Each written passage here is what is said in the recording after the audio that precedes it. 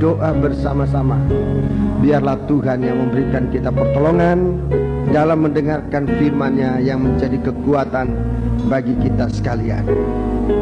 Demikian Bapa, kami datang menghadap hadirat-Mu setelah kami mempersembahkan segala sesuatu untuk kebesaran kemuliaan nama-Mu pada pagi hari ini, baik dalam bentuk nyanyian puji-pujian, dalam bentuk kesaksian dan pengorbanan-pengorbanan yang semuanya Tuhan tidak berarti jikalau dihitung secara jumlah dunia ini, tapi Engkau yang sudah memberikan kami kasih-Mu dalam hati kami. Kami mempersembahkan semua ya Tuhan, dengan segala kekurangan kami, serta memohon biarlah Engkau yang mengajar kami untuk menyempurnakan segala persembahan-persembahan yang kami persembahkan kepada Engkau untuk berkenan di hadapan hadirat-Mu Tuhan.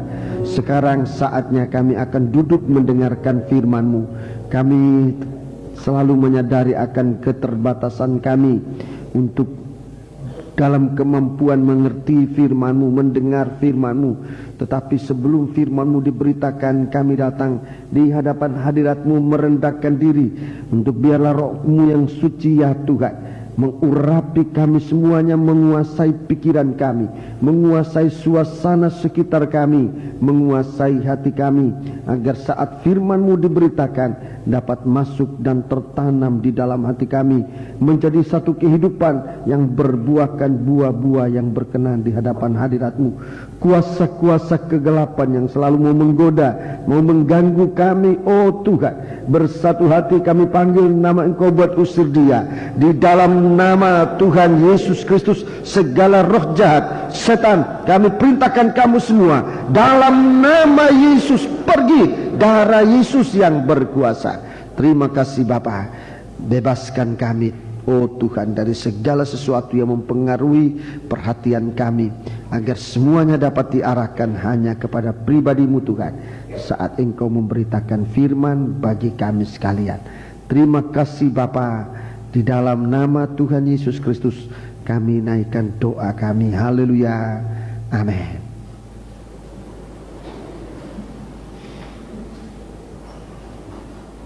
Sidang jemaat yang dikasihi Tuhan, salam sejahtera bagi kita sekalian, dan duduklah dengan tenang untuk mendengarkan firman Tuhan.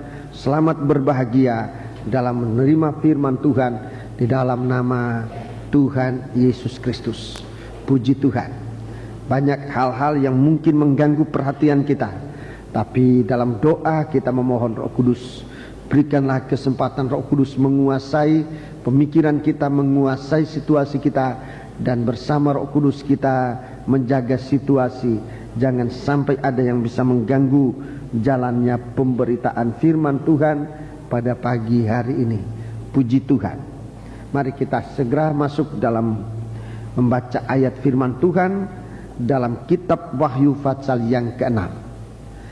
Kitab Wahyu Fatsal yang ke-6, kita sudah membaca sampai dengan meterai yang ketiga. Sekarang kita akan masuk pada meterai yang keempat, ayat 7 dan ayat yang ke-8. Meterai yang keempat, Wahyu Fatsal 6 ayat 7 dan ayat yang ke-8. Dan ketika anak domba itu membuka meterai yang keempat, aku mendengar suara makhluk yang keempat berkata, ya, mari. Makhluk yang keempat ini dia bagaikan burung nasar yang sedang terbang. Dia bagaikan burung nasar yang sedang terbang. Ini berbicara tentang keilahian dari Tuhan kita Yesus Kristus. Burung nasar. Burung nasar ini juga lambang dari orang yang menanti-nantikan Tuhan. Dia berkata, mari. Dan aku melihat sesungguhnya ada seekor kuda hijau kuning, dan orang yang menungganginya bernama Maut, dan kerajaan maut mengikutinya. Ya, ini saudara-saudaraku,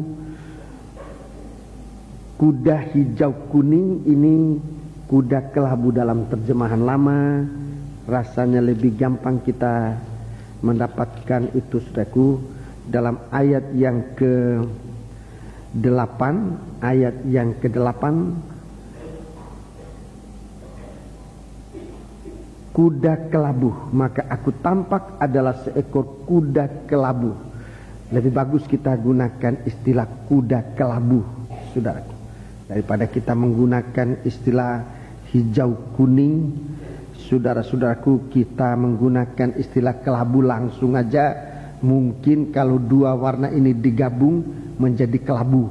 Saya tidak tahu saudara-saudara yang mahir dalam pencampuran cat, saudara mungkin mengerti, tetapi terjemahan lama yang bisa kita juga tetap percaya ke bawah ayat 8 ini, maka aku tampak ada seekor kuda kelabu. Kuda kelabu, saya rasa itu istilah yang sangat sederhana, yang malah dapat kita cepat mengerti. Ulangi, ayat 8 itu kita ganti dengan kuda kelabu, ya. Dan aku melihat sesungguhnya ada seekor kuda kelabu. Iya. Dan orang yang menungganginya bernama Maut. Orang yang menungganginya ini namanya jelas Maut, dan ini tidak sulit buat kita mengenal. Nama dari penunggang kuda kelabu ini Maut. Suasana yang bernuansakan kematian sering digambarkan seperti suasana kelabu. Desember kelabu, apa macam-macam yang kelabu-kelabunya itu, ya. Itu bernuansakan kematian banyak kali disebutkan dengan istilah kelabu, ya. Jadi disebutkan Maut, jelas. Penunggang kuda kelabu ini namanya Maut. Terus? Dan kerajaan Maut mengikutinya. Iya. Dan kepada mereka diberikan kuasa atas 1/4 dari bumi. Iya. Untuk membunuh dengan pedang, dan dengan kelaparan dan sampar, dan dengan binatang-binatang buas yang di bumi. Ya, terima kasih. Jadi alat-alat pembunuh ini, saudara-saudaraku, semua dalam gerak bersama. Jadi yang pernah saya katakan, semua senjata yang pernah diciptakan oleh manusia itu disimpan untuk memusnahkan manusia, untuk saling membunuh, mulai dari senjata batu, senjata kayu, senjata besi, senjata api, senjata yang sekarang saya sudah tidak bisa nyebut nama-namanya sebab terlalu sulit buat lidah saya. Itu senjata-senjata itu sudah dibuat oleh manusia, sudah dibuat, bukan baru akan dibuat, sudah dibuat oleh manusia, dan masih banyak lagi yang akan dibuat, yang sedang dibuat, yang sedang diuji cobakan. Saudara-saudaraku, semua itu hanya menunggu waktu di mana alat-alat merupakan mesin-mesin perang ini dikatakan merupakan pedang. Di sini disebut saja istilah pedang. Disebut saja istilah pedang. Itu mewakili seluruh mesin perang yang akan digunakan pada masanya. Sebagai gambaran, saudaraku, sebagai gambaran zaman perang dunia pertama, yang menonjol di situ senjata api. Perang dunia yang kedua, atom. Yang sekarang disimpan itu jauh lebih besar dari atom. Saudara-saudaraku, yang sangat mengerikan. Memang untuk sekarang ini dikemukakan tujuannya untuk kepentingan manusia, tetapi sama seperti pedang yang digunakan untuk kepentingan manusia mencari nafkah dan berburu, pedang sudah dipakai untuk saling membinasakan sesama manusia. Demikian juga dengan mesin-mesin perang yang sudah diciptakan, semuanya akan tampil untuk membinasakan manusia. Dan saudara-saudara perhatikan, selain dari pedang, ada bela kelaparan, kemudian sampar. Jadi kita lihat urut-urutan ini sama dengan pembukaan meterai-meterai sebelumnya. Ada pemberontakan, ada peperangan yang menggunakan alat-alat perang. Sesudah itu ada kelaparan dan sampar, ini penyakit-penyakit, dan dengan binatang-binatang buas yang ada di bumi. Perkataan binatang buas, pikiran kita seringkali terarah hanya kepada binatang-binatang besar. Singa, serigala, ular naga. Pikiran kita ke sana memang, itu juga binatang-binatang besar yang nanti akan terlibat dalam pembunuhan manusia. Tapi justru sekarang yang sulit diperangi adalah binatang-binatang kecil yang tidak kelihatan dengan mata tanpa alat. Baksil-baksil, virus, itu binatang kecil-kecil tetapi begitu buasnya, dan malah disebutkan pembunuh-pembunuh yang luar biasa. Justru binatang-binatang kecil ini yang sulit diperangi. Rasanya kalau singa sekarang ini tidak terlalu merajalela, sebab belum datang kita sudah tembak mati dia. Tapi kalau binatang kecil-kecil yang kita tidak lihat, yang menguasai manusia, saudara-saudaraku, yang sudah merupakan pembunuh-pembunuh manusia, saudara-saudaraku, benar-benar manusia sangat terancam. Disebut binatang buas. Yang paling buas sekarang justru binatang yang paling kecil. Virus, kuman-kuman yang tidak dilihat dengan mata telanjang. Jadi itu sudah menjadi pembunuh manusia. Nyamuk kecil itu yang demam berdarah, itu cuma nyamuk, tapi nyamuk sudah jadi pembunuh manusia. Saudara-saudaraku, itu belum terlalu kecil, tapi kuman, virus dan sebagainya, sebenarnya itu adalah binatang yang sangat kecil, yang sudah menjadi pembunuh manusia. Saudara-saudara, dikatakan 1/4, dia menguasai 1/4 dari bumi untuk membunuh dengan pedang, dengan bela sampar, dengan kelaparan, dan dengan 1/4 penduduk bumi ini. Saudara-saudaraku akan mati dalam keadaan ini. Nanti ada berikut-berikutnya lagi, dan setiap kali hukuman datang ini, kesempatan manusia untuk bertobat semakin tipis sampai tidak ada kesempatan bertobat. Sampai manusia tidak bertobat. Jadi turunnya bela demi bela ini nanti bukan lagi alat untuk membuat manusia bertobat, tetapi sebaliknya manusia sudah berada pada arah menjadi semakin keras hati, seperti Firaun. Semakin bela diturunkan, semakin Firaun menjadi keras hati sampai memutuskan hubungan antara dia dengan bangsa Israel. Aku tidak mau melihat mukamu lagi, kata Firaun kepada Musa. Dan Musa pun demikian, aku pun tidak mau memandang mukamu lagi. Jadi ini suatu perpisahan yang dahsyat. Di dalam kitab Wahyu saya tunjukkan salah satu ayat, saudaraku, bahwa di saat penderitaan itu justru manusia sudah tidak bisa lagi bertobat. Coba salah satu ayat saja. Ini di saat memuncaknya bela kelaparan, yaitu zaman Antikris. Di zaman Antikris tidak ada orang bisa bertobat.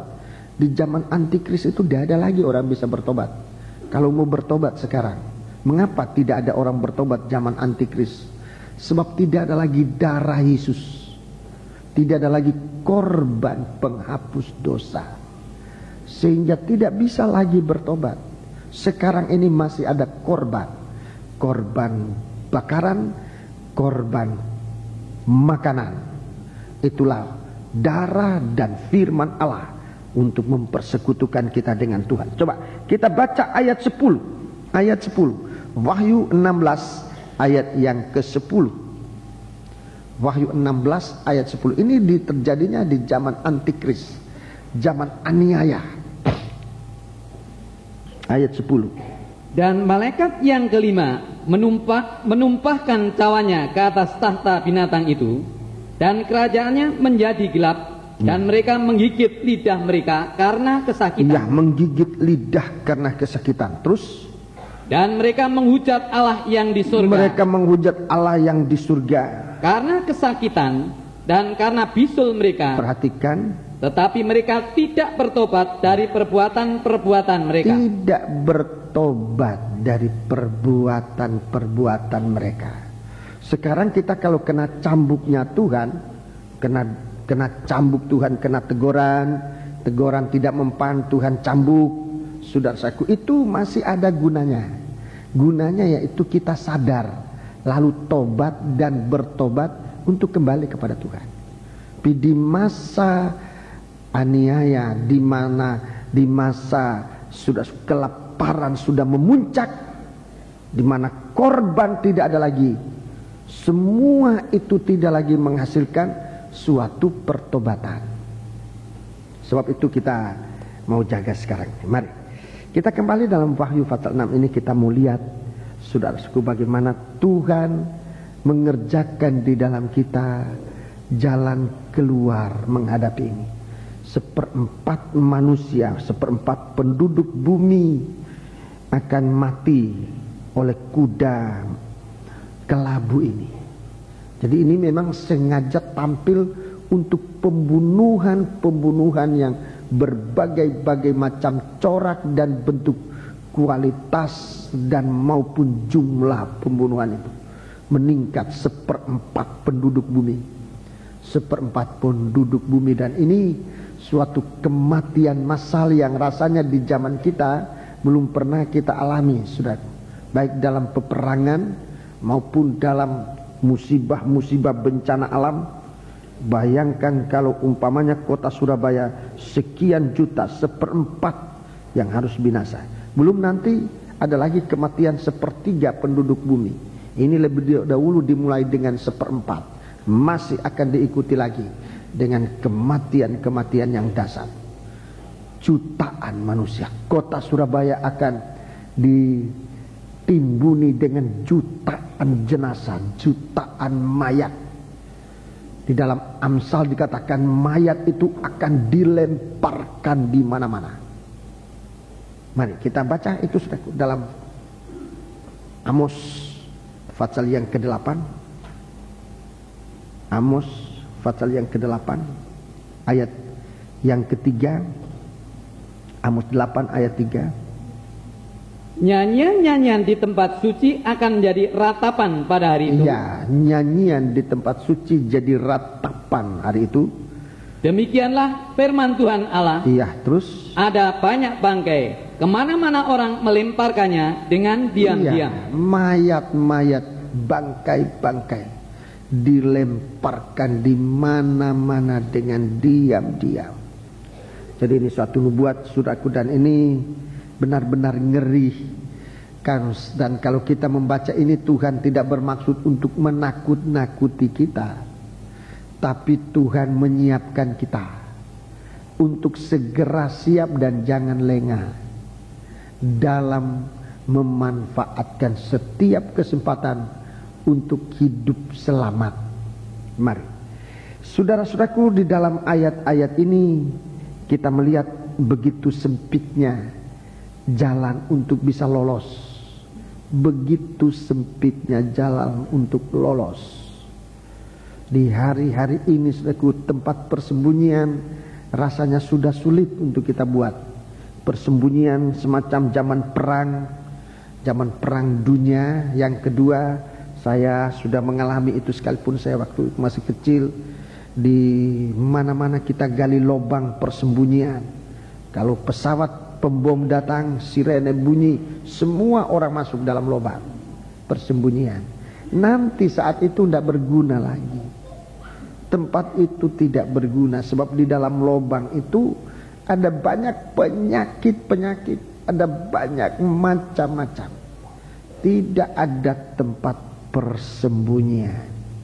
Dalam kitab Nabi Hosea, saudara-saudaraku, manusia itu bagaikan dikejar oleh binatang buas, lari dari singa. Saudaraku, dia lari terengah-engah dikejar singa dari hutan. Dia pulang ke rumah, sampai di rumah dia bersandar pada dinding. Ular berbisa menggigit tangannya dan mati. Jadi di mana-mana alat pembunuhan ini ada, saudara-saudaraku, tidak ada tempat untuk kita bersembunyi kecuali di sini. Kita baca ayat yang ke-6. Jadi sebelum kematian itu menimpa dunia, sebenarnya Tuhan sudah lebih dahulu menyelamatkan umatnya. Hanya umatnya ini mau terpelihara atau tidak, itu masalah sekarang. Ayat 6. Ayat 6. Wahyu 6 ayat 6. Wahyu pasal 6 ayat 6. Ini tempat untuk terpelihara. Dan aku mendengar seperti ada suara di tengah-tengah keempat makhluk itu berkata, Ya, secupak gandum sedinar, secupak gandum sedinar, dan 3 cupak jelai sedinar. ya, ini sudah diterangkan. Sekalipun belum semuanya, tapi apa yang Tuhan berikan kepada kita untuk hari-hari ini rasanya bermanfaat. Ini salah satu arah, cara kemana Tuhan mau peliharakan kita. Pada kesempatan hari Jumat kita sudah mendengar ini melayani Tuhan. Bagikan imam untuk tidak dijamah. Bagikan imam untuk tidak dijamah oleh Firaun. Tanah dari imam-imam tidak boleh dijual. Dipelihara oleh Tuhan.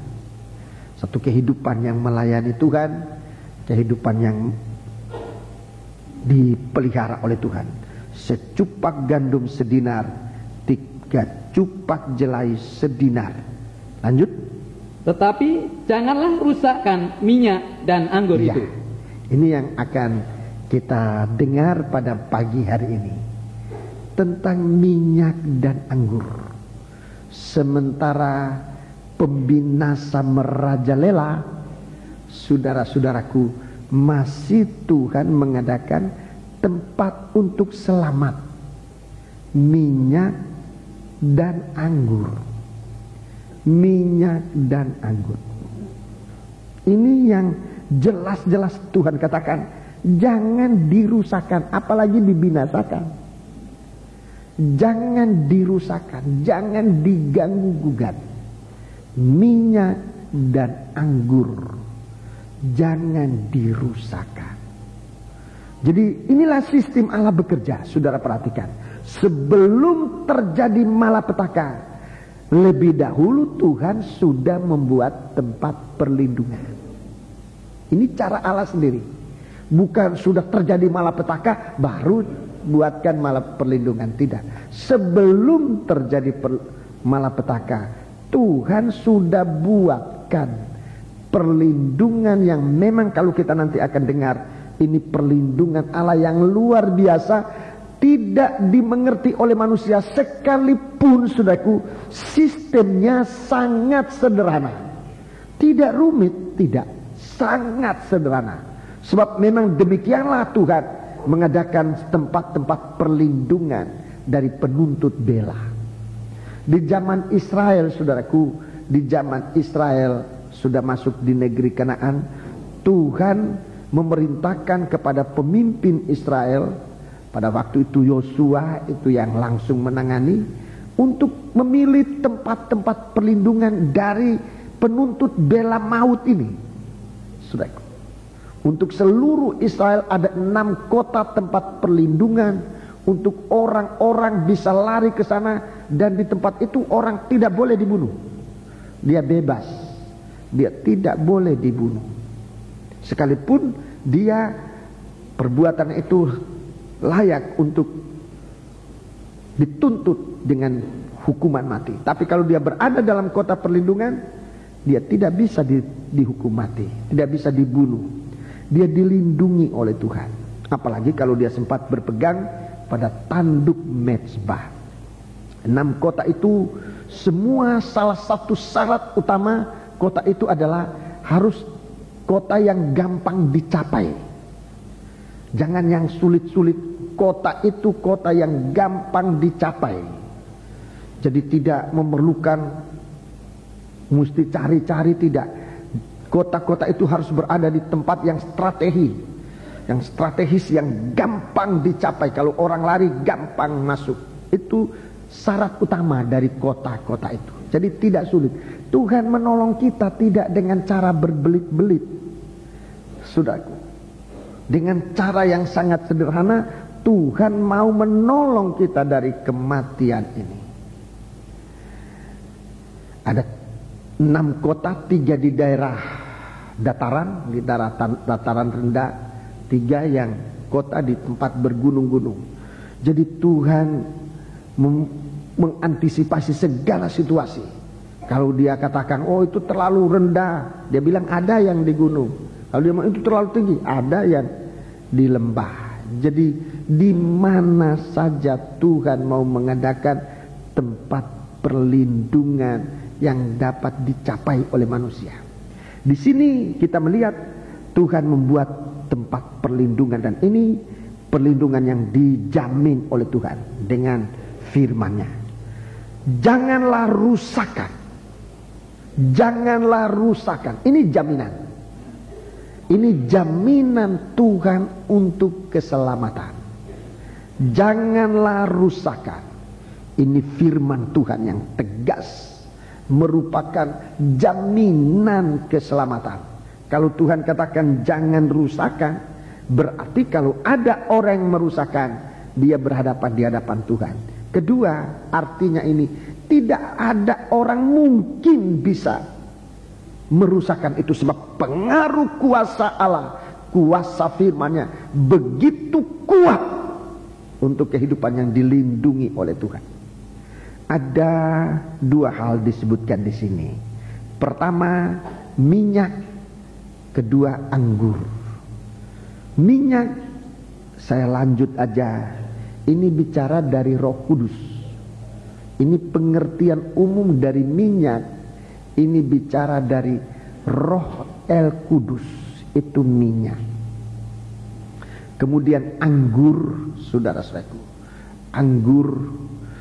Anggur ini hasil pemerasan yang membuat manusia bisa bersuka cita. Ini bicara tentang darah Yesus. Darah Yesus. Jadi anggur dan darah. Anggur dan darah. Kita periksa lebih dahulu yang pertama, yang menyangkut minyak ini. Kalau Tuhan berbicara tentang minyak ini, di sini letak keselamatan.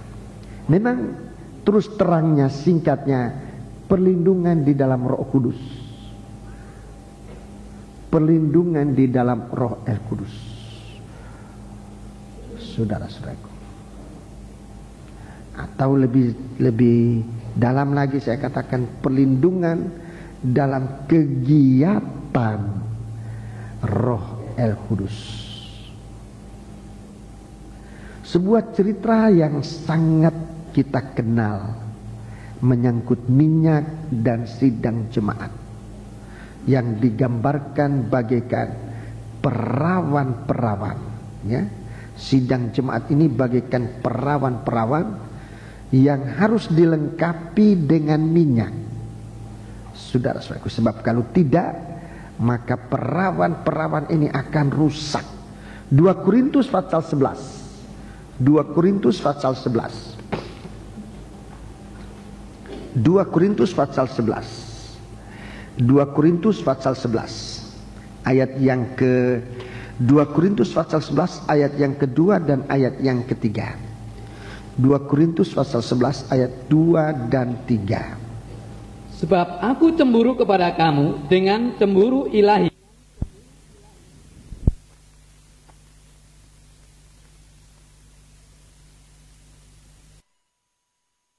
untuk membawa kamu sebagai perawan suci kepada Kristus. Iya, jadi di sini gadis-gadis ini gadis yang dipertunangkan, ya.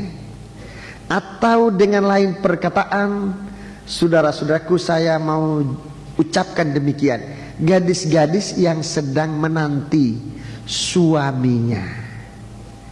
Bertunangan di sini, saudara-saudaraku, bukan untuk praktik yang tidak baik, seperti yang dilakukan oleh banyak manusia sekarang ini.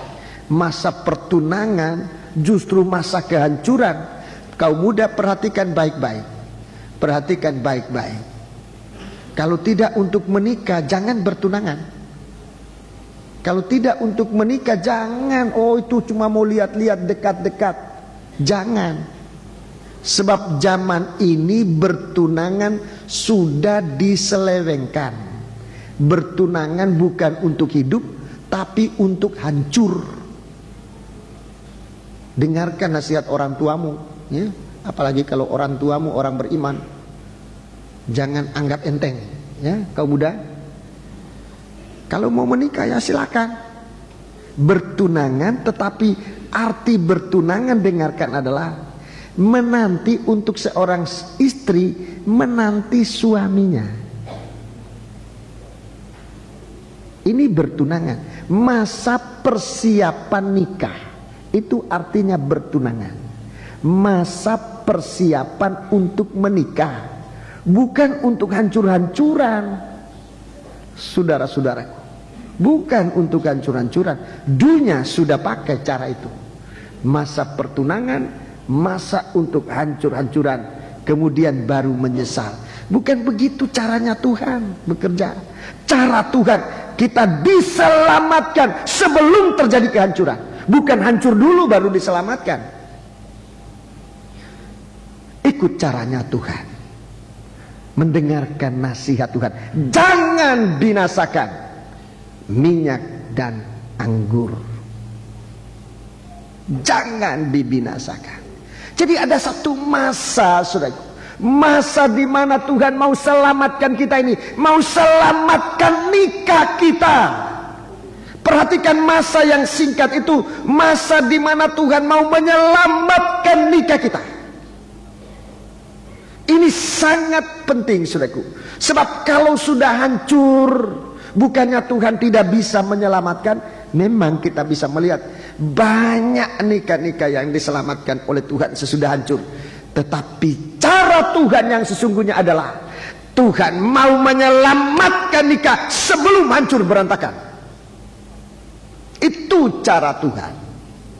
Sebab itu mari, saudara-saudara, terutama kaum muda yang mendapat kesempatan mendapat firman Allah, saudara-saudaraku. Tetapi bagi kami orang-orang tua, saudara-saudara yang sudah menikah, yang mungkin berpengalaman nikah hancur ini, jangan berputus asa. Sebab selama masih ada hari ini, saudara bisa mendengar firman Allah. Siapa tahu saudara bisa diselamatkan kalau saudara bisa terima sungguh-sungguh firman Tuhan ini. Jadi di sini anak gadis ini disiapkan bukan untuk hancur. Anak gadis ini dipersiapkan untuk menghadapi seorang pria, itulah Kristus. Ayat 3. Ayat 3. Tetapi aku takut, kalau pikiran kamu disesatkan dari kesetiaan kamu yang sejati kepada Kristus, sama seperti Hawa diperdayakan oleh ular itu dengan kelicikannya. Iya, terima kasih. Itu perkataan disesatkan dari kesetiaan. Itu perlu kita taruh di hati sungguh-sungguh, ya. Kalau perlu digaris bawahi, ditekan. Suatu penekanan khusus. Kesetiaan. Kesetiaan dalam suatu kebaktian, kalau saya tidak salah ingat waktu kita di Batu, saudara-saudaraku, iblis itu mau merusakkan ini, kesetiaan, mau merusakkan kesetiaan kita kepada Tuhan. Sebab kalau kesetiaan kita kepada Tuhan sudah rusak, itu sama dengan tidak ada lagi perlindungan. Tidak ada lagi perlindungan.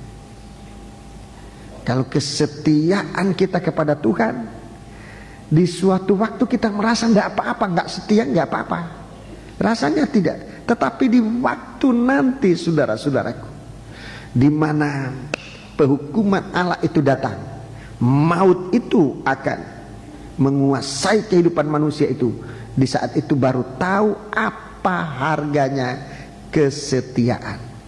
Rasul Paulus tidak tidak pusing kalau jemaat ini tidak punya apa-apa, jemaat Korintus ini. Tapi dia takut. Ini yang Rasul Paulus takut. Aku takut. Aku takut. Kalau kesetiaan. Rasul Paulus tidak takut kalau jemaat Korintus sakit, dia tidak takut. Rasul Paulus tidak takut karena dia tahu Tuhan mampu menyembuhkan. Rasul Paulus tidak takut kalau jemaat Korintus jatuh dalam kemiskinan seandainya diizinkan oleh Tuhan. Rasul Paulus tidak takut sebab Rasul Paulus tahu persis bahwa jemaat yang setia itu hidup dari pemeliharaan Tuhan. Tetapi apa yang ditakutkan oleh Rasul Paulus adalah kalau jemaat itu tidak setia.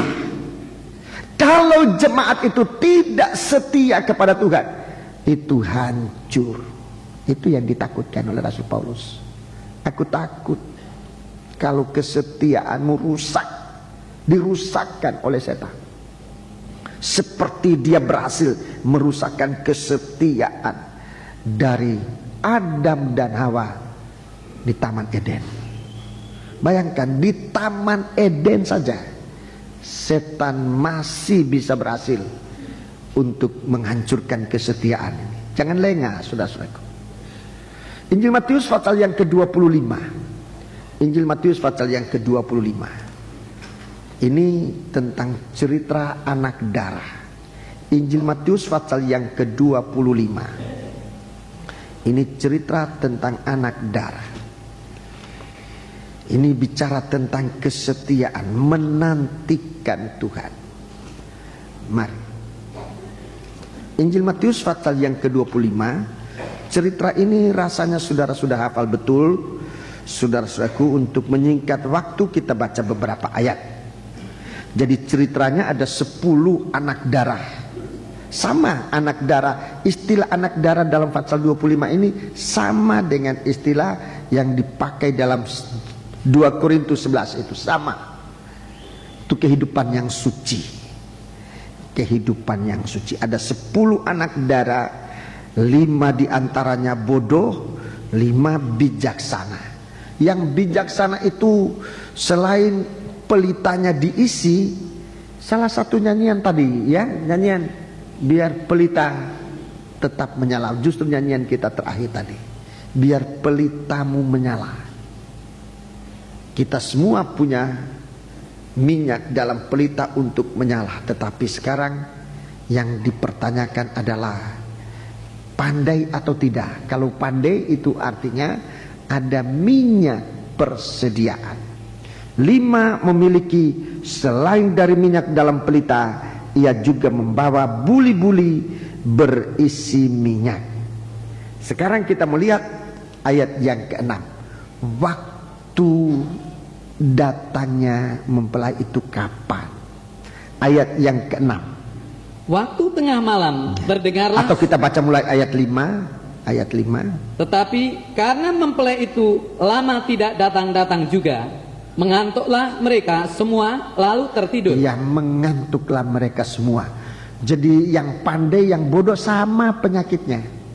Yang pandai yang bodoh sama penyakitnya. Seringkali kalau saya tanya mana yang ngantuk, mana yang ngantuk, mana yang tidak ngantuk, oh yang ngantuk yang bodoh. Padahal Alkitab katakan pandai dan bodoh semuanya ngantuk. Itu penyakit gereja di akhir zaman. Di mana-mana ada orang ngantuk, di mana-mana. Ya, kita baca ayat yang ke-6. Waktu tengah malam terdengarlah suara orang berseru. Waktu tengah malam terdengar suara orang berseru. Mempelai datang, song-songlah dia. Mempelai datang, song-songlah dia. 7. Gadis-gadis itu pun bangun semuanya lalu membereskan pelita mereka. Gadis-gadis yang bodoh berkata kepada gadis-gadis yang bijaksana, berikanlah kami sedikit dari minyakmu itu, sebab pelita kami hampir padam. Tetapi jawab gadis-gadis yang bijaksana itu, tidak. Nanti tidak cukup untuk kami dan untuk kamu. Lebih baik kamu pergi kepada penjual minyak dan beli di situ. Akan tetapi waktu mereka sedang pergi untuk membelinya, datanglah mempelai itu, dan mereka yang telah siap sedia masuk bersama-sama dengan dia ke ruang perjamuan kawin, lalu pintu ditutup. Kemudian datang juga gadis-gadis yang lain itu dan berkata, Tuan, Tuan, bukakanlah kami pintu. Tetapi ia menjawab, Aku berkata kepadamu, sesungguhnya aku tidak mengenal kamu. Aku tidak mengenal kamu. Karena itu berjaga-jagalah, sebab kamu tidak tahu akan hari maupun akan saatnya. Ya, berjaga-jagalah. Jadi saudaraku, pada umumnya gereja Tuhan dalam kegiatan, aktivitas, ya, kita semua dalam sama kegiatan, sama berbakti, sama-sama berbakti.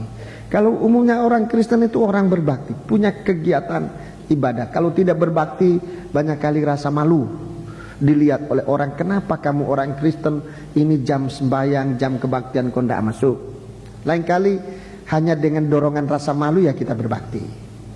Dan banyak hal. Saya tidak mau turut campur soal itu. Saya cuma mau menerangkan kegiatan-kegiatan kita menjelang hari Tuhan. Kegiatan dan kegiatan itu berbeda. Kegiatan dan kegiatan itu berbeda. Sekarang ini tidak kelihatan bedanya, tidak kelihatan.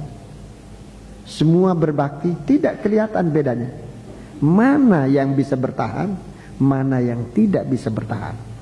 Sama-sama mendapat kesempatan duduk dalam ruangan gereja. Dan di gereja ini tidak ada pakai kelas, yang di depan kelas kambing, di belakang kelas apa, kelas 1, kelas berapa lah, tidak tahu tontonan itu. Tidak, sama, belakang, muka, tengah, semua sama. Ruangan ini di mana saudara bisa duduk, semua sama. Kita tidak bisa membedakan sekarang mana yang pandai, mana yang bodoh. Sekarang ini tidak bisa kita main membedakan begitu aja. Sebab waktunya nanti akan kelihatan justru di tengah malam. Justru di tengah malam, waktu mempelai datang, di situ baru bisa diketahui siapa yang pandai, siapa yang bodoh. Tapi kalau firman Tuhan sekarang disampaikan untuk kita memeriksa diri kita ini, bukan untuk memeriksa orang lain, jangan. Tidak dianjurkan untuk memeriksa orang lain, oh gereja sana atau gereja itu, atau saudara sana, saudara sini, tidak. Firman Allah ini disampaikan untuk mengukur seberapa minyak ada dalam kehidupan kita, yang merupakan suatu kuasa Allah untuk melindungi kita di masa kematian akan datang. Saatnya begitu mepet, saudara-saudaraku, di waktu Yesus datang, dan di situ baru kelihatan yang mana yang pandai, yang mana yang bodoh. Berbakti sama berbakti, tapi berbeda orang pandai dengan orang bodoh. Orang bodoh berbakti untuk kebutuhan hari-hari ini, seperti tadi, untuk mempertahankan kekristenannya supaya dia tetap disebut Kristen, ya dia berbakti. Untuk melakukan tugasnya sebagai seorang Kristen, dia berbakti. Sebagai seorang imam, dia nyanyi. Tapi nyanyi, berbakti, dan berbakti itu Tuhan saja yang tahu, dengan saudara sendiri yang tahu. Bagaimana saudara berbakti? Kegiatannya sama. Yang bodoh, yang pandai sama. Bedanya di sini. Adakah minyak persiapan? Minyak persiapan sudah disebut di sini, saudaraku. Dalam ayat 13 disebut berjaga-jaga. Dalam 2 Korintus pasal 11 ayat 3 disebut setia. Berjaga dan setia, itu minyak persiapan. Berjaga dan setia. Banyak orang berbakti tapi tidak setia, nggak berjaga. Dia berbakti, ya berbakti, tapi namanya berjaga ini tidak ada. Dia tidak ada satu rasa tanggung jawab. Ini berjaga. Berjaga itu mengandung arti bertanggung jawab. Ibadah yang merasa bertanggung jawab. Lain kali kalau kita beribadah, kita merasa, oh pendeta untung saya beribadah. Kalau saya tidak beribadah, anggotanya sedikit, nanti pendetanya kurang hati dan sebagainya. Perhatikan ini, saudaraku. Dalam hari Jumat kita dengar suatu aktivitas ini sudah. Jangan kita merasa kita seperti sudah berjasa, bisa datang ke gereja merasa berjasa, apalagi bisa melayani merasa berjasa. Ini suatu kebodohan dari anak-anak Tuhan di hari-hari ini. Jadi berjaga ini ada rasa tanggung jawab terutama untuk kehidupan kekal kita. Untuk sekarang Tuhan sudah pelihara kita. Saudara tidak berbakti 1-2 kali atau 1 tahun pun saudara tetap bisa makan. Sebab saudara sudah diberkati oleh Tuhan. Tetap bisa makan. Tetap sehat. Sebab memang kita dipelihara oleh Tuhan dengan minyak yang ada di dalam pelita. Tetapi menghadapi masa ini, masa maut nanti akan menunjukkan segala kuasanya untuk membinasakan manusia. Di saat itu kita bisa tahu. Di saat kegelapan nanti akan memusnahkan manusia. Di situ baru kita bisa tahu ibadah yang bertanggung jawab dengan ibadat yang tidak bertanggung jawab itu beda.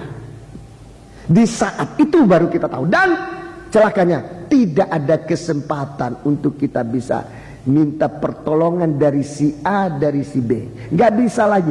Masing-masing pada hari itu saudara-saudaraku bertanggung jawab atas kehidupannya. Gak bisa lagi kita berikan aku minyak. Gak bisa. Mungkin sekarang masih bisa, ayo kamu kekurangan minyak, kita besuk dia, ayo kenapa anda datang, kita gairahkan supaya dia. Masih bisa. Tapi di saat itu tidak bisa lagi. Di situ kelihatan pandai dan bodohnya seorang. Sekarang nggak kelihatan. Apalagi seperti tadi saya katakan, tidak berbakti pun kita bisa hidup, kita bisa untung, kita bisa punya ladang berbuah, berhasil, bisa. Sebab situasi berkat Tuhan yang ada dalam kehidupan kita, yang kita bisa gunakan sekarang ini. Tetapi untuk menghadapi kegelapan maut itu tidak cukup. Ibadah yang hanya ibadah tanpa tanggung jawab tidak cukup. Tanggung jawab dan setia. Di situ itulah minyak persiapan. Saudara bermain musik tanpa tanggung jawab bisa. Tidak main musik juga nggak apa-apa. Orang tetap bisa nyanyi tanpa musik. Tetap bisa nyanyi. Sekarang tidak kelihatan apa sih gunanya. Tapi dalam menghadapi nanti maut, kegelapan itu merajalela, di situ baru kita tahu tanggung jawab kita itu sangat berguna di saat itu. Penyanyi-penyanyi, banyak kali kita menyanyi, wah suara sopran ada 200 orang, saya nggak datang, nggak ada arti apa-apa. Memang hari ini tidak ada arti apa-apa. Dari 200 orang 110 pun tidak datang, nggak apa-apa. Tapi di hari itu baru bisa tahu. Di saat saudara-saudaraku bahwa lindungan Allah dalam kehidupan kita terlalu menipis. Sebab Tuhan melindungi saudara-saudaraku minyak. Kalau minyaknya sudah habis, di mana perlindungan itu? Tanggung jawab dan kesetiaan kita merupakan suatu perlindungan Allah yang tetap dan kuat, bisa menerobos kegelapan sampai fajar menyingsing, Yesus datang kembali. Ini yang dibutuhkan kita. Ini yang kita butuhkan sekarang. Beribadah setia dan berjaga-jaga. Jangan-jangan di saat aku tidak beribadah, Tuhan datang. Itu namanya berjaga-jaga. Jangan-jangan di saat aku tidak hadir, waktu itulah Tuhan datang. Aku mesti datang terus. Itu namanya berjaga-jaga dan setia. Coba bayangkan kalau sementara kita lengah, sementara kita tidak hadir, sementara kita tidak berada dalam suatu kegiatan di mana Tuhan ngangkat kita, ngangkat gereja Tuhan, saudara tidak ada di situ, ketinggalan. Ketinggalan itu berarti pengaruh maut. 3,5 tahun kegelapan, 3,5 tahun kegelapan yang akan terjadi. Waktu kegelapan di tanah Mesir, saudaraku, kegelapan itu begitu pekat, bagaikan bisa diraba. Kegelapan begitu kental sampai bisa diraba. Saya tidak bisa menjelaskan kegelapan model apa itu, saudaraku. Itu akan terulang. Sudah terjadi waktu Yesus di atas kayu salib. Dari jam 12 sampai jam 3 kegelapan di bumi. Itu terjadi di atas kayu salib. Nanti terjadi lagi zaman aniaya antikris 3,5 tahun. Kegelapan di mana sama sekali tidak ada terang. Mengapa tidak ada terang? Dengarkan. Sebab terang dunia, matahari, bulan dan bintang itu sudah menjadi milik dari mempelai. Sudah dibawa oleh mempelai. Dunia yang ditinggalkan ini gelapnya bukan main. Bukan gelap dari matahari itu, saudaraku. Sekalipun mungkin saja akan terjadi itu, tapi yang terutama adalah kejahatan begitu hebat. Jadi jangan bermain-main dengan hal ini. Inilah minyak. Minyak itu tidak dibinasakan. Siapa itu minyak? Orang yang setia dan berjaga-jaga dalam kuasa Roh Kudus. Itu tidak dibinasakan. Itu mendapat jaminan. Dalam ayat yang lain, saya dalam surat Korintus dikatakan Roh Kudus itu merupakan suatu jaminan keselamatan kita di hari yang akan datang. Surat Korintus, 1 Korintus. Ya, maafkan, 2 Korintus pasal yang keempat. Mari.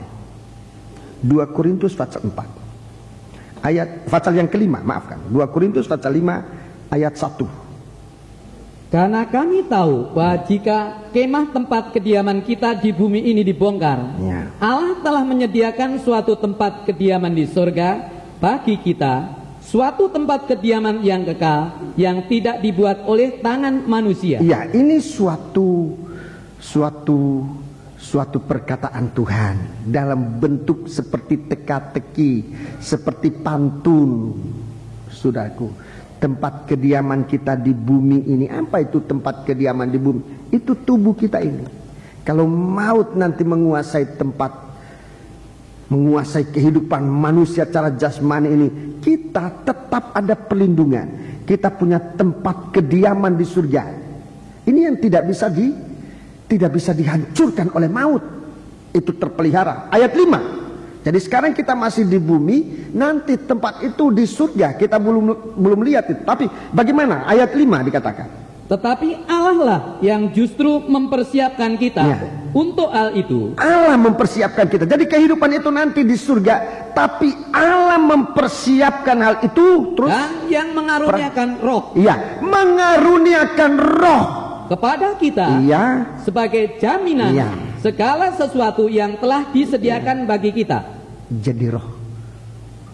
Sebab itu bijaksanalah dengan Roh Kudus. Kalau Roh Kudus itu menggerakkan hati untuk beribadah, jangan keraskan hati. Jangan membuat, oh ini ada halangan, kita ikutkan halangan itu. Kalau Roh Kudus memberikan kerinduan untuk beribadah, untuk berbakti. Mungkin tengah malam Roh Kudus itu membangunkan saudara untuk berdoa. Jangan katakan ngantuk, berdoa. Sebab Roh Kudus ini jaminan. Dia satu jaminan keselamatan. Jaminan segala sesuatu yang telah disediakan bagi kita, itulah keselamatan. Kalau kalau kita merasakan urapan Roh Kudus dalam kehidupan kita, dan kita mau berdoa dengan roh dan dengan kebenaran, menyembah Allah, peliharakan Roh Kudus itu, taat dan dengar-dengaran lebih daripada segala sesuatu. Sebab itu suatu minyak persiapan. Kalau kita dengar-dengaran pada Roh Kudus itu semakin melindungi kita, saudaraku.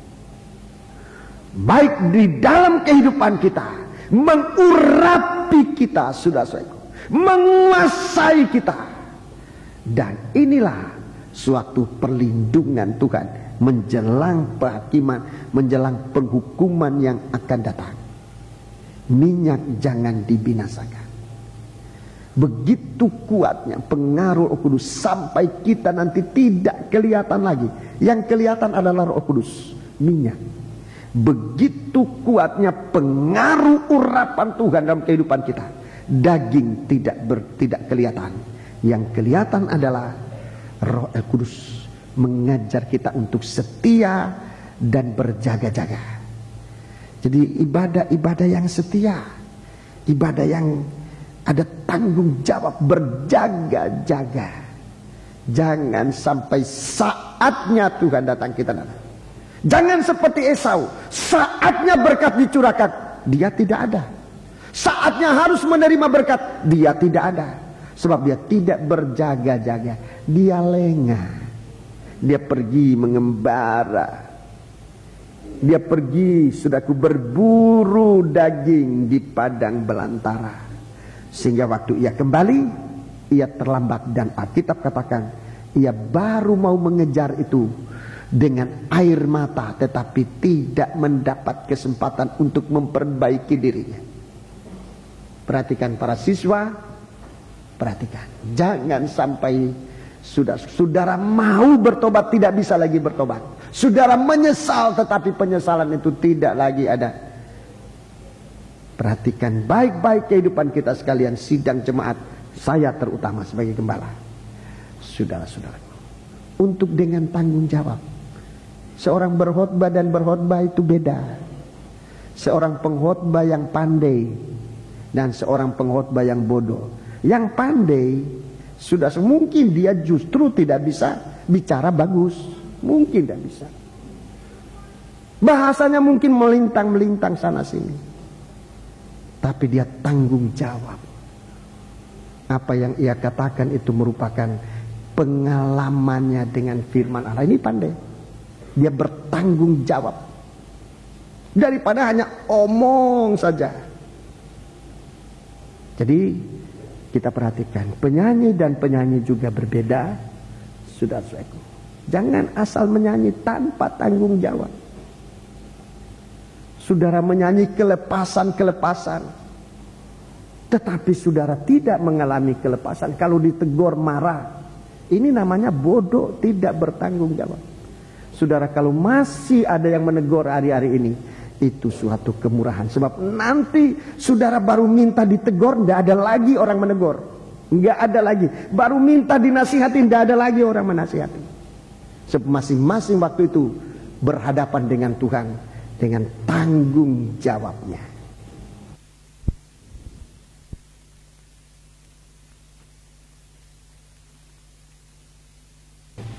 Roh Kudus menjadi jaminan keselamatan kita sekarang dalam bentuk setianya kita itu. Ibadah kita ini setia atau enggak? Ada tanggung jawab atau enggak? Sebagai seorang beribadah, bertanggung jawab. Saya kasih contoh yang gampang-gampang aja. Saudara duduk di bangku-bangku ini korbannya orang. Ini tidak jadi sebangsa gosok lampu Aladin keluarlah bangku ini, enggak. Ini ada yang berkorban uang, berkorban tenaga, berkorban kerjaan dan sebagainya. Kita gotong royong berkorban. Ini saudara-saudaraku, ini korban yang sudah dipersembahkan kepada Tuhan, diterima oleh Tuhan. Saudara duduk di situ bertanggung jawab kepada Tuhan dan kepada orang yang sudah menyediakan, dipakai oleh Tuhan menyediakan ini. Sudah dibuatkan bangku kok tidak diduduki.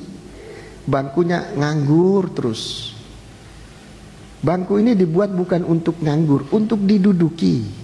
Kita punya tanggung jawab bawa orang untuk duduki bangku-bangku ini. Orang lain sudah membuatnya, kita datang belakangan, tidak bisa lagi waktu itu.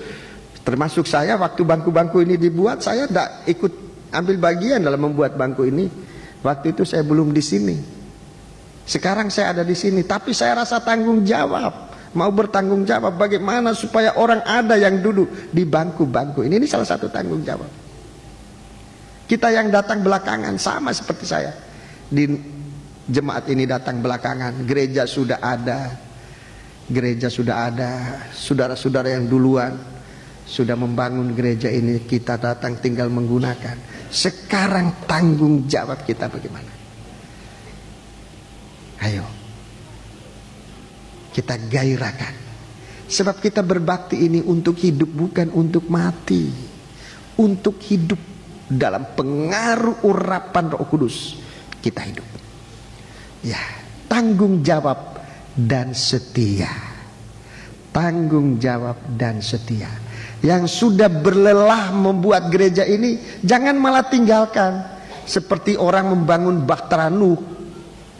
Orang bangun Bahtera Nuh itu saya percaya bukan cuma Nuh sendiri dengan anaknya 3 itu. Tetapi banyak orang yang ikut kerja. Tetapi kok yang masuk di Bahtera cuma Nuh dengan 3 anaknya dan istri-istri mereka. Saudara sudah melakukan, membangun gedung ini, membuat semua ini, habis malah tinggalkan. Ini cuma gedung, ini contoh, bukan berarti kalau tidak masuk Lemah Putra tidak selamat. Jangan disalahartikan, ini suatu contoh, satu contoh yang gampang untuk dimengerti. Tidak maksud saya kalau saudara tidak masuk Lemah Putra binasa, enggak, itu bukan maksud saya. Untuk kasih contoh, kasih teladan, kasih contoh persamaan begitu di dalam Yesus. Jangan tinggalkan Tuhan. Berkorban dengan ada rasa tanggung jawab pada keselamatan nanti. Kedua, Wahyu pasal 6 ayat yang ke-6 itu anggur. Jadi tadi bagaimana kita setia dan bertanggung jawab, itu selamat. Tidak masuk pada orang yang dibinasakan. Yang kedua, anggur. Itu bicara tentang darah, tetapi yang menghasilkan suatu kesukaan. Sengsara yang menghasilkan kesukaan. Itulah anggur. Darah yang menghasilkan kebahagiaan. Kematian yang menghasilkan kehidupan, itulah kematian Kristus. Sengsara yang menghasilkan kebahagiaan, itulah sengsaranya Kristus. Disebut anggur. Dan saya memeriksa firman Allah, saudaraku, saya memeriksa firman Allah, saya menemukan 2 macam anggur. Saya menemukan 2 macam anggur, saudara-saudaraku, yang disebutkan kesukaan. Ada 2 macam anggur. Anggur yang pertama, saudara-saudaraku, anggur merupakan hasil ladang anggur. Itu yang pertama. Anggur yang pertama ini adalah hasilnya ladang anggur. Dalam Injil Matius pasal yang ke-20 dan 21 dibicarakan tentang orang mengerjakan ladang anggur dan bahkan menghasilkan anggur, sebab sudah ada tempat pemerasan, tempat penjagaan dan sebagainya. Itu yang saya menemukan pertama.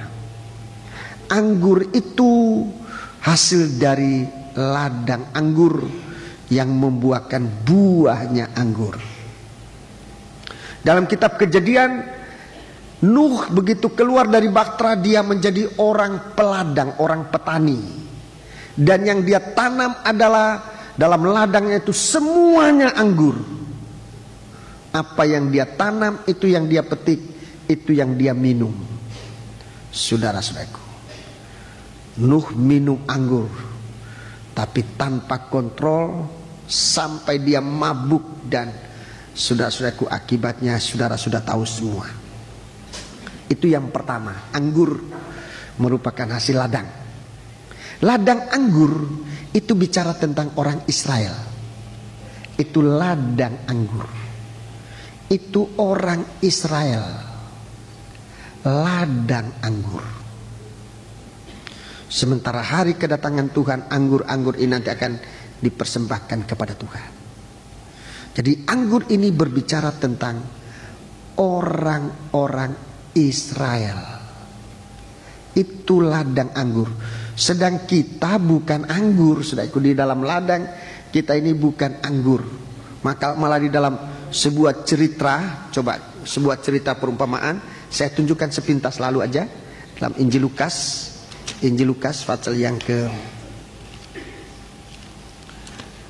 ya, mari.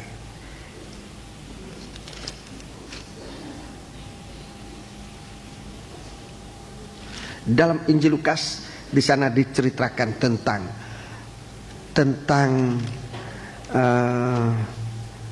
tentang pohon arah yang tumbuh di ladang anggur, ya. Lukas berapa? Lukas 13, ya. Lukas pasal yang ke-13.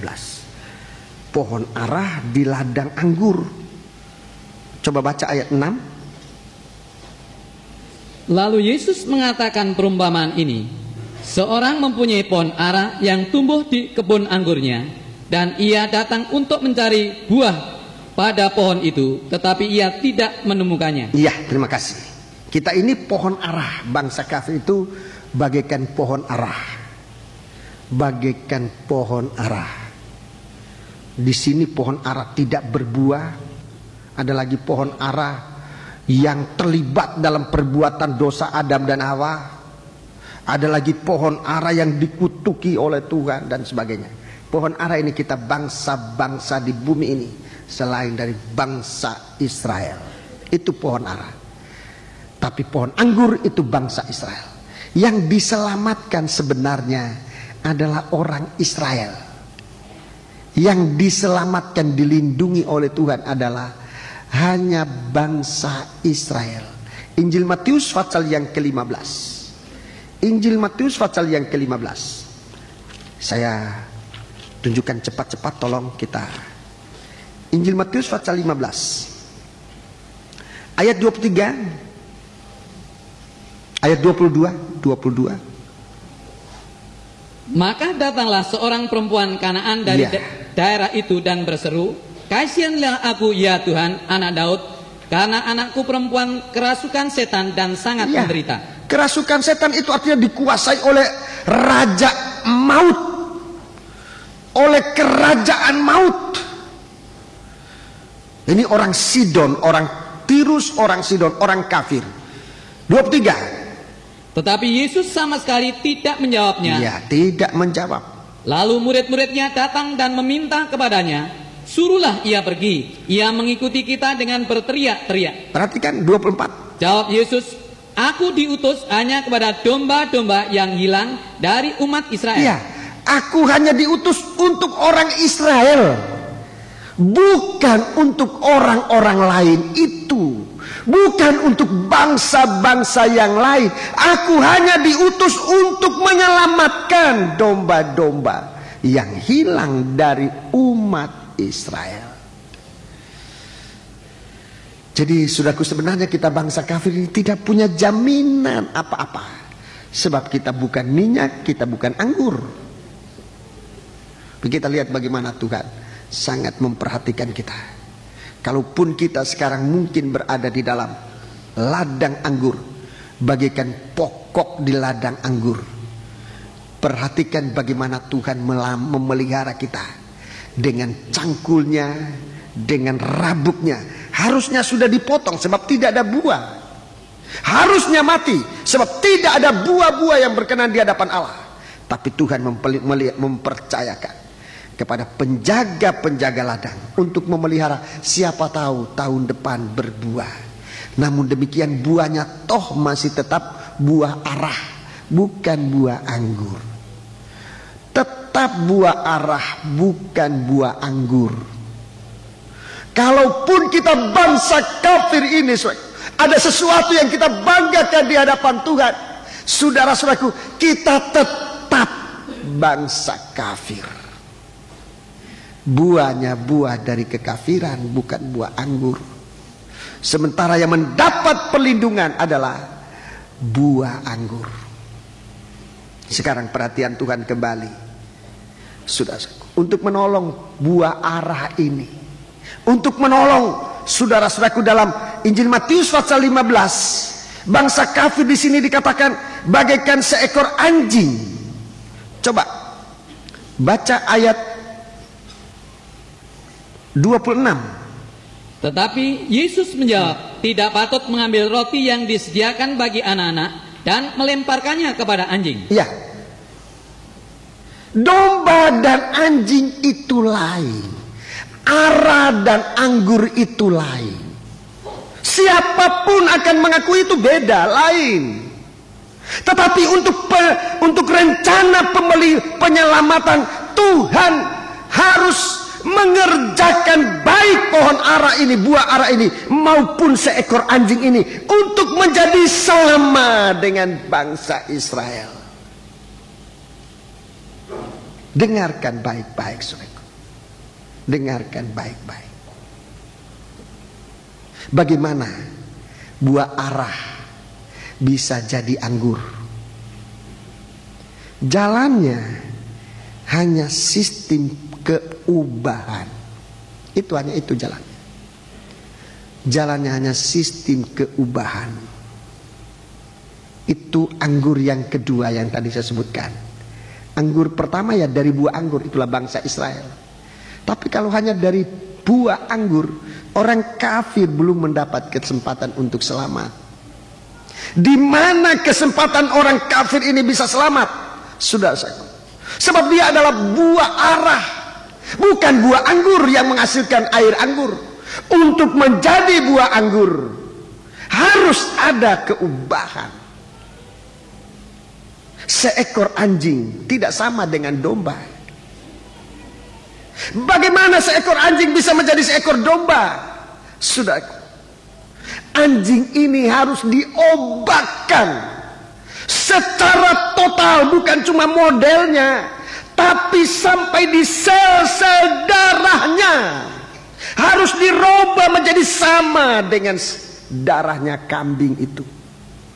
Lewat apa? Lewat darah Yesus. Di sini domba yang digembalakan, domba yang digembalakan itu yang terpelihara. Tapi domba yang sesat itu terancam dengan maut. Aku diutus oleh Tuhan untuk mencari domba-domba yang tersesat.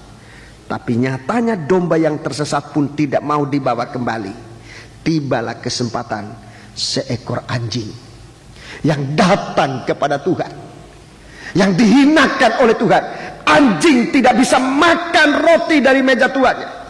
Tapi begitu dia mendengar, begitu orang kafir ini mendengar bahwa ada kesempatan untuk makan roti, roti yang jatuh dari meja tuannya, itu segera dimanfaatkan, dimakan, diambil oleh anjing ini. Dan dia tidak mengetahui bahwa akibatnya adalah begitu ia makan roti, makanan dari anak ini, begitu dia makan, dia berubah menjadi domba yang dipelihara, yang digembalakan oleh Tuhan. Domba yang tergembala. Dia tidak tetap menjadi seekor anjing lagi. Tadinya dia anjing, tapi begitu dia sempat dalam penggembalaan, dia makan roti yang disediakan oleh Bapa buat anak-anaknya. Anjing ini dirubah oleh Tuhan menjadi seperti seekor domba yang digembalakan oleh Tuhan. Dalam dalam surat Roma pasal 11 ayat 25, Roma 11, dalam surat Roma pasal yang ke-11, di situ dikatakan tentang bangsa kafir yang sempat menjadi Israel ini. Ayat 25 dan 26. 26 kita baca. Dengan jalan demikian seluruh Israel akan diselamatkan, seperti ada tertulis, Dari Sion akan datang penebus. Iya. Ia akan menyingkirkan segala kefasikan daripada Iya, Yakub. menyingkirkan segala kekafiran. Terus Dan inilah perjanjianku dengan mereka apabila aku menghapuskan dosa mereka. Jadi bangsa kafir ini dirubah oleh Tuhan dengan cara Tuhan menghapuskan dosa bangsa kafir ini untuk menjadi umat Israel, bukan Israel jasmani, tapi Israel yang rohani. Saudara-saudaraku, jadi ini sistem yang kedua untuk mendapatkan anggur ini, selain dari buah pohon anggur, Tuhan mendapatkan dari sistem keubahan. Tuhan merubahkan. Suatu cerita yang sangat terkenal dalam penginjilan adalah air menjadi anggur. Ini sudah lebih mendekat. Air menjadi anggur. Ini anggur yang baik. Air yang dirubah menjadi anggur yang lebih baik dari yang semula. Saudara-saudaraku, kehidupan kafir, kehidupan yang tadinya tidak ada harga, tapi kalau dia menerima firman Allah, kalau ia mau diubahkan oleh firman Allah, itulah yang membuat kita tidak akan mati. Saudara percaya? Saudara percaya? Dirobahkan. Saya tidak sempat untuk menceritakan secara mendetail. Jika Tuhan izinkan mungkin di Johor, tapi itu pun saya tidak bisa janjikan kalau Tuhan kehendaki. Bagaimana Tuhan merubah air jadi anggur ini. Tuhan merubahkan begitu hebat sampai menjadi satu kehidupan malah lebih baik dari anggur yang pertama. Anggur hasil pemerasan, anggur yang diubahkan oleh Tuhan, asalnya dari air. Dalam kitab Wahyu dikatakan air itu adalah bangsa kafir. Air itu adalah bangsa kafir. Itu disebutkan. Jadi tidak merupakan, ya, dalam Wahyu pasal yang ke-17. Coba Wahyu 17. Wahyu 17. Ayat yang ke-15. Wahyu 17 ayat yang ke-15. Lalu ia berkata kepadaku, semua air yang telah kau lihat, di mana wanita pelacur itu duduk, adalah bangsa-bangsa dan rakyat banyak dan kaum dan bahasa. Iya, jadi ini manusia yang banyak dari bangsa-bangsa yang sempat dicemari oleh pelacur Babel ini. Satu kehidupan yang kotor, yang najis, yang tercemar. Tapi kalau air ini diambil, dimasukkan dalam gentong, dirubah oleh Tuhan, oleh kuasa firman-Nya, menjadi anggur yang baik. Tidak penting dari mana dasar kehidupan kita tadinya. Tapi kalau kita dari begitu banyak manusia yang kotor ini, kita sempat diselamatkan oleh Tuhan. Gunakan gentong ini, gunakan tempat penggembalaan ini untuk saudara mengalami proses keubahan, untuk menjadi lebih indah dari anggur perahan.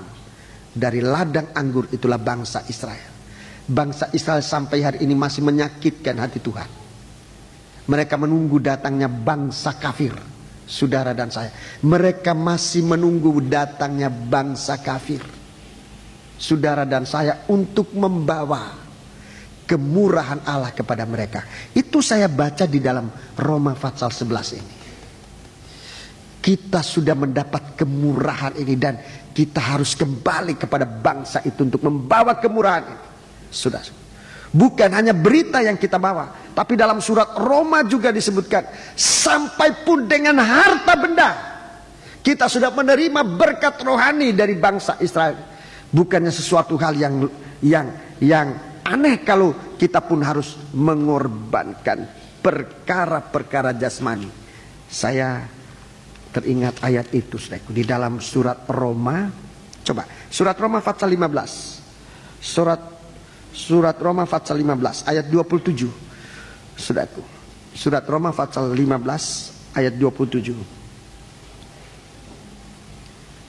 Keputusan itu memang telah mereka ambil, tetapi itu adalah kewajiban mereka. Sebab jika bangsa-bangsa lain Itulah telah bangsa kafir ya, bangsa lain bangsa kafir telah beroleh bagian dalam harta rohani orang Yahudi, ya, maka wajiblah juga bangsa kafir itu melayani orang Yahudi dengan harta duniawi mereka. iya. Terima kasih. Jadi saudara-saudaraku, kita diwajibkan oleh Tuhan sebagai satu kehidupan yang dibela oleh Tuhan. Sistem keobahan itu yang membuat kita bebas, luput dari maut. Luput dari maut. Minyak dan anggur. Minyak dan anggur tertanam dalam ladang anggur atau mengalami keubahan. Tertanam. Jadi di dalam ladang Allah ini, saudaraku, jangan hanya liwat, jangan hanya menjadi tamu, tetapi tertanam bagaikan anggur. Di ladang anggur ini tertanam sampai berbuahkan buah anggur. Saudara-saudaraku, nanti dalam Wahyu pasal berikutnya kita akan melihat anggur-anggur yang nanti akan diperas pada murka Allah. Saya belum bicara tentang itu, bisa bicara tentang ini. Kehidupan kita tertanam dalam ladang anggur untuk mengalami suatu keubahan. Perubahan ini yang Tuhan katakan, kita tidak akan mati, tapi kita semua akan diubahkan. Kita semua akan diubahkan saat nafiri dibunyikan. Setiap kali nafiri dibunyikan, setiap kali firman Allah disampaikan, itu mengubah, itu mempunyai kuasa untuk mengubah kehidupan kita. Dari air bisa menjadi anggur. Puji Tuhan. Jadi jangan asal berbakti, jangan asal melayani, tetapi periksa apa ada keubahan atau tidak. Dalam 1 Korintus pasal 15, di mana maut itu nanti akan berkuasa. Orang yang berubah itu akan begitu gagah, akan begitu kuat. 1 Korintus pasal 15, dia mengapa kita baca sebagai ayat terakhir? Saya mohon sabarnya saudara sedikit. 1 Korintus pasal 15. Ini orang yang sementara dunia ini diancam dengan maut, orang berubah malah gagah. Ayat 51. 1 Korintus 15 ayat 51. Sesungguhnya aku menyatakan kepadamu suatu rahasia. Kita tidak akan mati semuanya, tetapi kita semuanya akan diubah. Iya, terus. Dalam sekejap mata pada waktu bunyi nafiri yang terakhir. Iya. Sebab nafiri akan berbunyi dan orang-orang mati akan dibangkitkan dalam keadaan yang tidak dapat binasa. Iya. Dan kita semua akan diubah. Terus. Karena yang dapat binasa ini harus mengenakan yang tidak dapat binasa, dan yang dapat mati ini harus mengenakan yang tidak dapat mati. 54. Dan sesudah yang dapat binasa ini mengenakan yang tidak dapat binasa, dan yang dapat mati ini mengenakan yang tidak dapat mati, maka akan genaplah firman Tuhan yang tertulis. Iya, yang tertulis, maut telah ditelan dalam kemenangan. Iya. 55. Hai maut, di manakah kemenanganmu? Hai maut, di manakah kemenanganmu? Hai maut, di manakah sengatmu? Ya, terima kasih. Ini saudara-saudaraku tidak gampang mengucapkan perkataan ini. Tidak gampang. Apalagi di hari nanti, di hari-hari di mana maut ini, di mana kuda kelabu ini akan menjelajah dunia.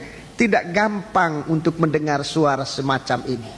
Suara ini hanya keluar dari orang yang diubahkan oleh Tuhan. Ini suatu rahasia. Di orang yang diubahkan oleh Tuhan nanti akan begitu perkasa menantang maut. Hei maut, di mana kemenanganmu? Hei maut, di mana sengatmu? Tapi sekalipun tidak gampang, tapi bukan berarti mustahil. Kita tetap dipelihara oleh Tuhan. Sudah percaya? Sudah percaya? Anggur dan minyak jangan dibinasakan. Anggur dan minyak jangan dibinasakan. Kalau saudara berdoa, sejauh mana tanggung jawab doa itu? Kalau kita beribadah, sejauh mana tanggung jawab dan kesetiaan kita dalam beribadah? Kalau kita mendengarkan firman, sejauh mana kita mendengar firman Allah itu yang dapat mengubah kehidupan kita sampai maut tidak berkuasa atas kita. Jangan mendengar firman hanya untuk mengetahui. Tidak cukup. Untuk mengubah kehidupan. Tadinya kasar jadi, maafkan saya gunakan istilah yang tidak enak ini, jadi tadinya anjing jadi domba. Ini perkataan tidak enak didengar. Tapi kalau kita mengalami semacam itu, betapa bahagianya kita. Dan kalau saya ucapkan ini tidak bermaksud untuk bicara kotor, tidak. Tapi itulah sistem keubahan. Sebegitu jauh Tuhan mau ubah kita. Bukan hanya mirip-mirip, tapi kita benar-benar diubah oleh Tuhan. Kalau tidak diubah oleh Tuhan, malah jadinya nanti nabi palsu. Kelihatan domba, tetapi di dalamnya berisi serigala, naga. Itu bahaya. Kristen yang tidak berubah total. Dengarkan firman supaya kita berubah total. Kita bangkit berdiri. Haleluya. Mari.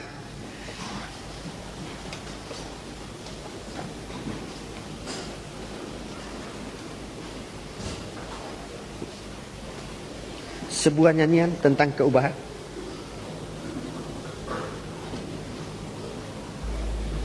Nomor berapa? Ya? 193. Mari kita melakukan nyanyian psalm nomor 193. 193. Nyanyikan dengan sungguh-sungguh.